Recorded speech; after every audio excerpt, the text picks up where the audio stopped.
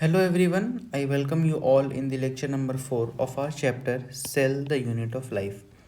Today we will be covering the topics nucleid, plasmid, flagella, fimbriae and pili.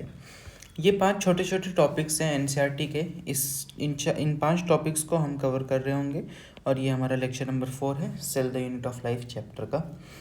So start करते हैं। सबसे पहला हमारा टॉपिक है न्यूक्लियोइड।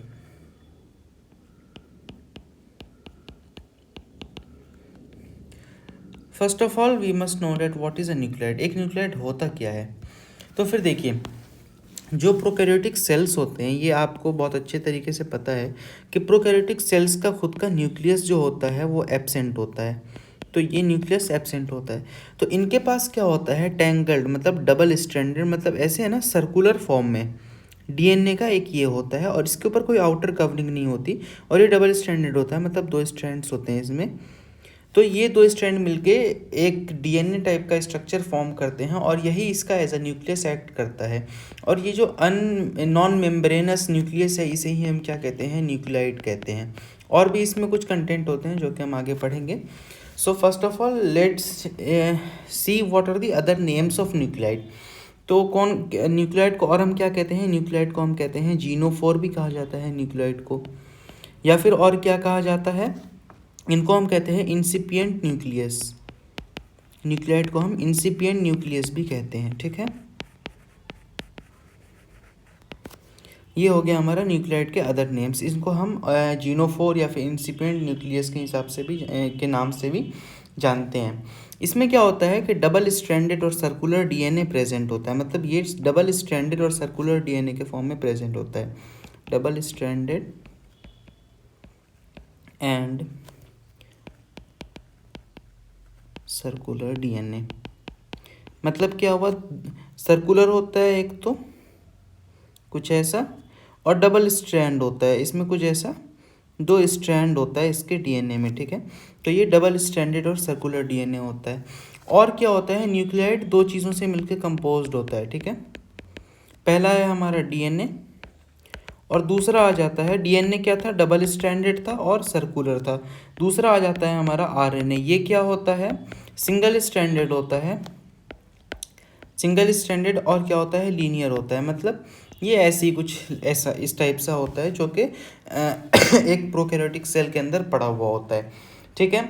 अब देखिए, जो यूकैरियोटिक सेल्स होते हैं उनके अंदर पैकेजिंग ऑफ डीएनए के लिए ये मैं यहाँ लिख देता हूँ, इन यूकैरियोट्स, यूकैरियोट्स में पैकेजिंग ऑफ सेल के लिए पैकेजिंग ऑफ सेल नहीं, for packaging of DNA, DNA के पैकेजिंग के लिए क्या होता है, हिस्टोन प्रोटीन प्रेजेंट होते हैं। लेकिन यूकैरियोट्स में हिस्टोन्स आर प्रेजेंट, लेकिन यूकैरियोट्स में कोई हिस्टोन नहीं होता, ठीक है। तो इनके अंदर कोई तो ऐसा प्रोटीन होगा जो कि हिस्टोन की जगह ले रहा होगा। तो इनके अंदर होता है polyamines. Polyamines are present in prokaryotes instead of क्या है, हिस्टोन्स, इंस्टेड ऑफ हिस्टोन्स। मतलब हिस्टोन्स की जगह क्या प्रेजेंट होता है, इनके अंदर पॉलीएमाइंस प्रेजेंट होता है, ठीक है। ये काफ़ी इंपॉर्टेंट पॉइंट है। और उसके बाद फिर ये ऑफ कोर्स यहाँ पे हिस्टोन किस में हेल्प कर रहा था, पैकेजिंग ऑफ डीएनए में हेल्प कर रहा था। तो यहाँ पे ये किस में हेल्प करेंगे, पैकेजिंग ऑफ डीएनए में हेल्प करेंगे, क्या, पॉलीएमाइंस, ठीक है। ये पैकेजिंग ऑफ डीएनए में हेल्प करेंगे। अब इसके डीएनए का थोड़ा सा हम कंपोजिशन देख लेते हैं कि किस टाइप सा डीएनए होता है जो इसमें न्यूक्लियोटाइड में प्रेजेंट होता है। तो डीएनए जो होता है वो जीसी रिच डीएनए होता है। अभी बताता हूँ ये जीसी क्या है। सबसे पहले ये देख लें कि ये जो होता है जी एंड सी रिच डीएनए, ठीक है। ये जीसी रिच डीएनए होता है। अब जीसी क्या होता है, तो डीएनए जो होता है इसके अंदर 4 नाइट्रोजनस बेसिस होते हैं। सबसे पहला होता है ग्वानिन, उसके बाद होता है साइटोसिन, और होता है एडेनिन, और होता है थाइमीन। ये 4 बेसिस होते हैं, ठीक है। प्रोकैरियोट्स के डीएनए में ये ज़्यादा होते हैं, किसमें, प्रोकैरियोट्स में, और ये जो होते हैं ये किसमें होते हैं, यूकैरियोट्स में ज़्यादा होते हैं। मतलब कि प्रोकैरियोट्स के डीएनए में गुआनिन और साइटोसिन की वैल्यू ज़्यादा होगी, मतलब गुआनिन और साइटोसिन रिच डीएनए होगा किसका, प्रोकैरियोट्स का सॉरी। और एडेनिन और थाइमिन की जो क्वांटिटी होगी वो यूकैरियोट्स के डीएनए में ज़्यादा होगी, मतलब यूकैरियोट्स के डीएनए में ज़्यादा एडेनिन और थाइमिन पाया जाएगा, ठीक है। So it was all about the topic nucleoid. Let's move to the next topic, that is plasmid.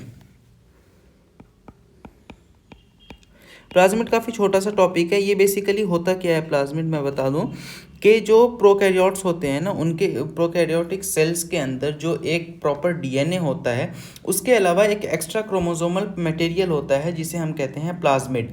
और ये भी क्या होता है, डबल स्ट्रैंडेड होता है, ठीक है। इसके बारे में हम कुछ पॉइंट्स लिख लेते हैं। तो ये सबसे पहली बात क्या है, एक्स्ट्रा क्रोमोसोमल डीएनए है, मतलब जो मेन डीएनए है उसके अलावा ये प्रेजेंट है, क्या, प्लाज्मिड। इसका एक बहुत ही इंपॉर्टेंट फंक्शन भी है जो कि हम अभी सीखेंगे। एक्स्ट्रा क्रोमोसोमल डीएनए मतलब जो मेन डीएनए है उसके अलावा ये पाया जाता है, ठीक है। ये काफ़ी स्मॉल होता है, ठीक है, और ये डबल स्ट्रैंडेड होता है, मतलब इसके अंदर 2 स्ट्रैंड्स होते हैं, ठीक है, डबल स्ट्रैंडेड डीएनए होता है। ये डबल स्ट्रैंडेड होता है जिस तरह के हमारा किस में था, न्यूक्लियोइड में था, ठीक है। और इसका सबसे इम्पॉर्टेंट पार्ट, इसे मैं रेड कलर में लिख देता हूँ, क्या, कि ये सेल्फ रेप्लिकेटिंग होता है, अपने आप को खुद से रेप्लिकेट कर लेता है, ठीक है। सो प्लाज्मिड क्या होता है, सेल्फ रेप्लिकेटिंग होता है। और नेक्स्ट इसका बहुत ही इंपॉर्टेंट फंक्शन ये भी है, क्या, कि ये provides antibiotic resistance to bacteria. मतलब ये बैक्टीरिया को एंटीबायोटिक, जैसे हमें जब कोई भी बैक्टीरियल डिजीज़ होती है तो हम क्या इंटेक करते हैं, हम एंटीबायोटिक्स इंटेक करते हैं, ठीक है। अब कुछ ऐसे बैक्टीरियाज होते हैं जिनको एंटीबायोटिक्स से डिफीट कर पाना काफ़ी टफ होता है। वो ऐसे ही बैक्टीरियाज होते हैं जिनके प्लाज्मिड उनको क्या करते हैं, एंटीबायोटिक रेजिस्टेंस की प्रॉपर्टी प्रोवाइड कर देते हैं। मतलब क्या, कि अगर वो किसी होस्ट के अंदर है तो वो होस्ट अगर एंटीबायोटिक इंटेक कर रहा है तो उसके एंटीबायोटिक इंटेक का इस बैक्टीरिया पे कोई असर नहीं होगा। और इसीलिए यही रीज़न है कि प्लाज्मिड को हम used as vectors in used as vectors, ठीक है। इसको एज अ वेक्टर यूज़ किया जाता है किसमें, इन जेनेटिक इंजीनियरिंग में, ठीक है। जेनेटिक इंजीनियरिंग में इसको हम लोग एज अ वेक्टर यूज़ करते हैं, किसको, प्लाज्मिड को। ये आप आगे चल के समझ जाएंगे, बस ये याद कर लीजिए अभी, ठीक है। अब हमारा जो नेक्स्ट टॉपिक है वो है flagella. So let's move on to our next topic, that is the flagella.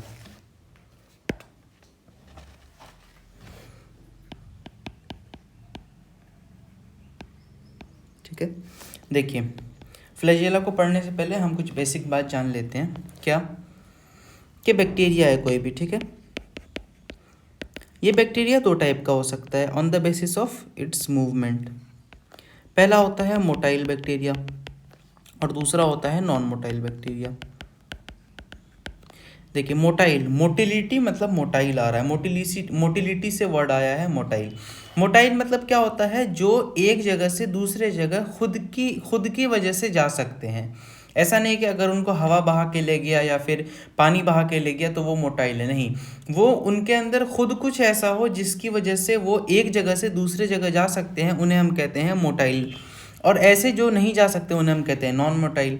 तो फिर मोटाइल बैक्टीरिया के अंदर कोई तो ऐसा चीज़ होगा स्पेशल जो उनको मोटाइल बनाता है। तो flagella is the part of bacteria which provides motility to it, ठीक है। फ्लैजेला प्रेजेंट होगा, इसमें क्या होगा, फ्लैजेला नहीं होगा नॉन मोटाइल बैक्टीरिया में। अब देखिए मूवमेंट तो ये भी कर सकते हैं, जो नॉन मोटाइल बैक्टीरिया है वो भी मूवमेंट कर सकते हैं, लेकिन कैसे मूवमेंट करेंगे, मान लीजिए ये वाटर करंट है, ठीक है, ऐसे, और ये बह रहा है उस तरफ।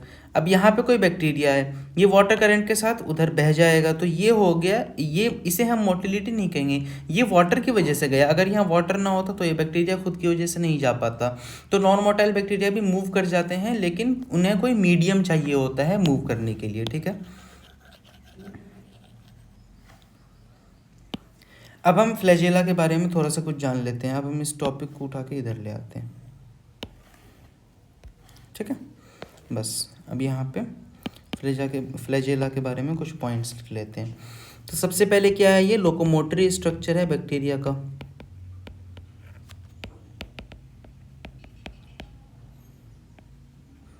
ऑफ बैक्टीरिया, बैक्टीरिया का लोकोमोटरी स्ट्रक्चर है।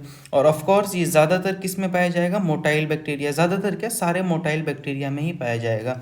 अब ये बना किससे होता है, तो कंपोज्ड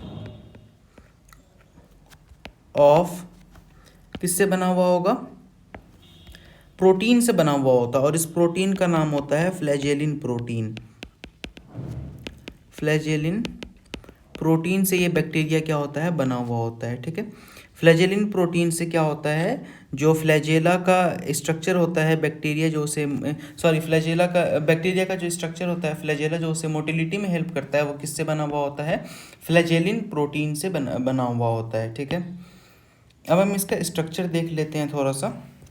देखिए, हमने प्रीवियस लेक्चर्स में पढ़ रखा है कि ये क्या है, बैक्टीरिया के पास तीन लेयर की एक ये होती है, प्रोटेक्टिव मेम्ब्रेन होती है, ठीक है। बैक्टीरिया के पास सबसे अंदर क्या होता है, प्लाज्मा मेम्ब्रेन होता है, उसके बाद होता है सेल वॉल, और सबसे बाहर होता है ग्लाइकोकैलिक्स, ठीक है। तो फिर ये होता है ना फ्लैजेला, ये किसका एक्सटेंशन होता है, प्लाज्मा मेम्ब्रेन का एक्सटेंशन होता है। अब हम इसे प्रॉपर तरीके से डायग्राम के फॉर्म में बना लेते हैं, ठीक है। ये देखिए, मान लीजिए ये है हमारा ग्लाइकोकैलिक्स, उसके बाद ये है सेल वॉल, और ये है हमारा सेल मेम्ब्रेन, ठीक है। अब देखिए, यहाँ से कुछ ऐसे ये यहाँ पे ये एक स्ट्रक्चर होता है, अरे सॉरी, और एक स्ट्रक्चर यहाँ, मतलब ये किसमें, सेल वॉल और प्लाज्मा मेम्ब्रेन और ग्लाइकोकैलिक्स तीनों को टच कर रहा होता है।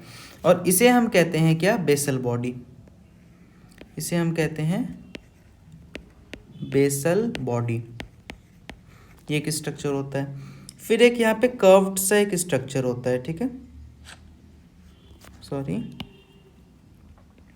ये ऐसे और ये ऐसे, ये कर्व्ड सा एक स्ट्रक्चर होता है, और इसे हम कहते हैं क्या, हुक, इसे हम हुक कहते हैं। उसके बाद फिर क्या होता है, यहाँ पे होता है फिलामेंट, ये हो गया हमारा फिलामेंट, यही पूरा स्ट्रक्चर है फ्लैजेला का, ठीक है। फिलामेंट क्या है, longest part, filament is the longest part of the flagella, flagella का लॉन्गेस्ट पार्ट क्या है, फिलामेंट है। उसके बाद फिर ये हमारा हो गया बेसल बॉडी, ये अटैचमेंट प्रोवाइड करता है, जो बेसल बॉडी होता है वो अटैचमेंट प्रोवाइड करता है। हुक भी काफ़ी इम्पोर्टेंट है। अच्छा, ये गलत हो गया यहाँ पे एक चीज़, वेट,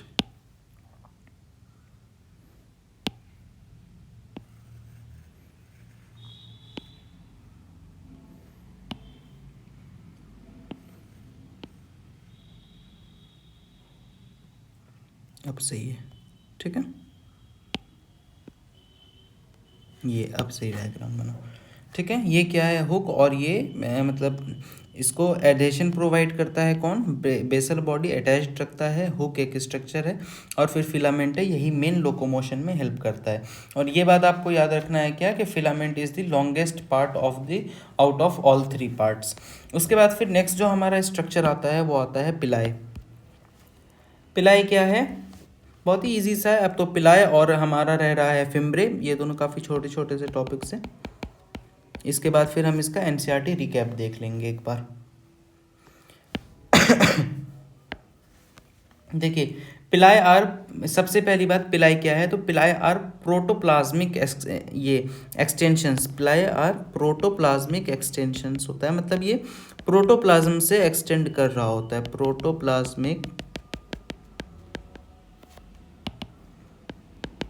एक्सटेंशंस, ठीक है। ये प्रोटोप्लाज्मिक एक्सटेंशन होता है और ये ट्यूबुलर स्ट्रक्चर्स होते हैं। क्या, पिलाई आर ट्यूबुलर स्ट्रक्चर्स। अच्छा, आप लोग जब तक ये रिमाइंड करिए कि फ्लैजेला किस चीज़ से बना हुआ था, प्रोटीन से। कौन से प्रोटीन से, फ्लैजेलिन प्रोटीन से। सिमिलरली पिलाई किससे बना हुआ होता है, पिलिन प्रोटीन, पिलिन प्रोटीन होता है जिससे कि पिलाई बना हुआ होता है, ठीक है। उसके बाद फिर क्या होता है, एक टाइप का पिलाई होता है जिसे हम कहते हैं सेक्स पिलाई, इसे हम यहाँ लिख लेते हैं, क्या, सेक्स पिलाई होता है, एक अलग टाइप का पिलाई होता है। और ये किस में हेल्प करता है, हेल्प्स इन, किस में हेल्प करेगा, कॉन्जुगेशन। अब ये सवाल आ रहा होगा कि कॉन्जुगेशन क्या होता है। कॉन्जुगेशन होता है क्या, एक टाइप का रिप्रोडक्शन है जिसमें दो बैक्टीरियाज अटैच हो जाती हैं। ये पिलाई थोड़ा थोड़ा ऐसा स्ट्रक्चर होता है और ये किस में हेल्प करता है, कॉन्जुगेशन में हेल्प करता है। बस इतना याद रखना है, इसके अलावा इसके बारे में कुछ नहीं जानना है क्योंकि ये सिलेबस में ही नहीं है, ठीक है। कॉन्जुगेशन में हेल्प करता है। उसके बाद फिर ये सारे बैक्टीरियाज में प्रेजेंट नहीं होता है, ऑफकोर्स ये कुछ ऐसे स्ट्रक्चर है जो कि सारे बैक्टीरियाज में प्रेजेंट नहीं होते हैं। अब हमारा नेक्स्ट टॉपिक क्या है, नेक्स्ट टॉपिक है फिम्ब्रे। फिम्ब्रे आ गया। फिम्ब्रे क्या होता है, प्रोटोप्लाज्मिक एक्सटेंशन, ये भी प्रोटोप्लाज्मिक एक्सटेंशन है, ठीक है। Protoplasmic extensions, fimbriae are protoplasmic structure extensions. ये कैसे थे, ट्यूबुलर थे। और ये कैसे होते हैं, ब्रश लाइक स्ट्रक्चर, कुछ इस तरीके के स्ट्रक्चर होते हैं। कौन, फिम्ब्रे, मतलब brush like, brush like structure होते हैं। ये किस में हेल्प करेंगे, बहुत छोटे से टॉपिक है ये, एडेशन में हेल्प करते हैं। एडेशन में क्या हेल्प करता है हमारा, फिम्ब्रे एडेशन में हेल्प करता है।